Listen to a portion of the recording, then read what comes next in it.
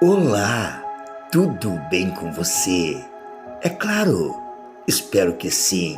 No entanto, diante de mais uma oportunidade, novamente eu e você nos encontramos outra vez através das redes sociais. E hoje trago como tema de mais uma mensagem: rejeição. E eu, evangelista Felipe de Oliveira, eu tenho a plena certeza de que Deus irá falar profundamente ao seu coração. Sabe de uma coisa? A grande e real verdade é que a rejeição do ser humano pelo seu próximo é uma experiência completamente dolorosa e comum, que pode gerar sentimentos de raiva, medo, insegurança e vergonha.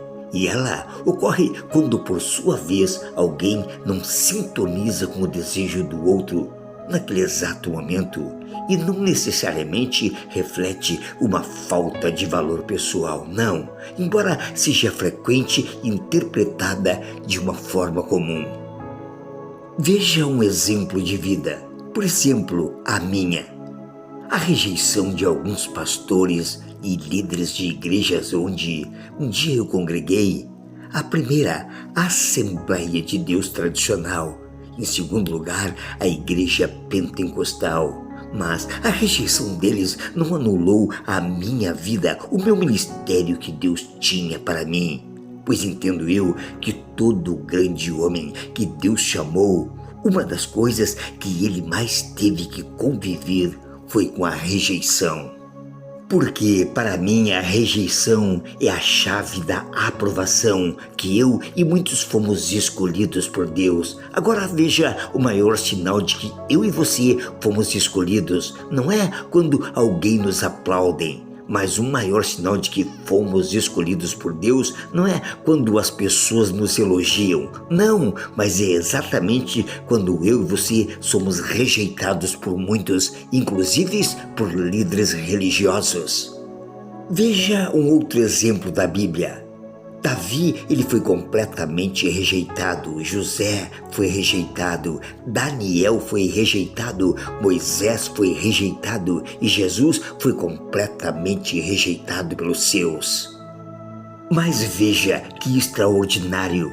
José, ele foi rejeitado e virou governador do Egito. Davi, ele foi rejeitado e virou rei de Israel. Moisés foi rejeitado e virou um grande libertador. E Jesus, ele foi rejeitado e hoje é o Rei dos Reis.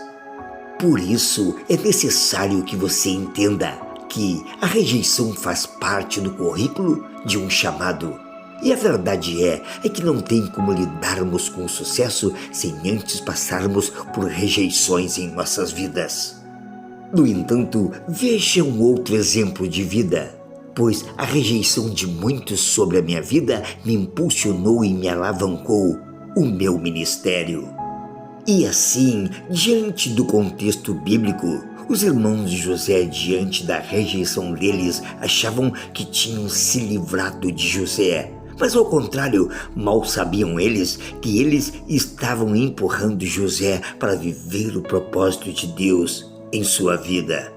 E diante da rejeição de muitos, inclusive de líderes e pastores, eu fui fazer faculdade de teologia e me tornei teólogo. E todos que um dia me rejeitaram, hoje contemplam o meu chamado diante de Deus.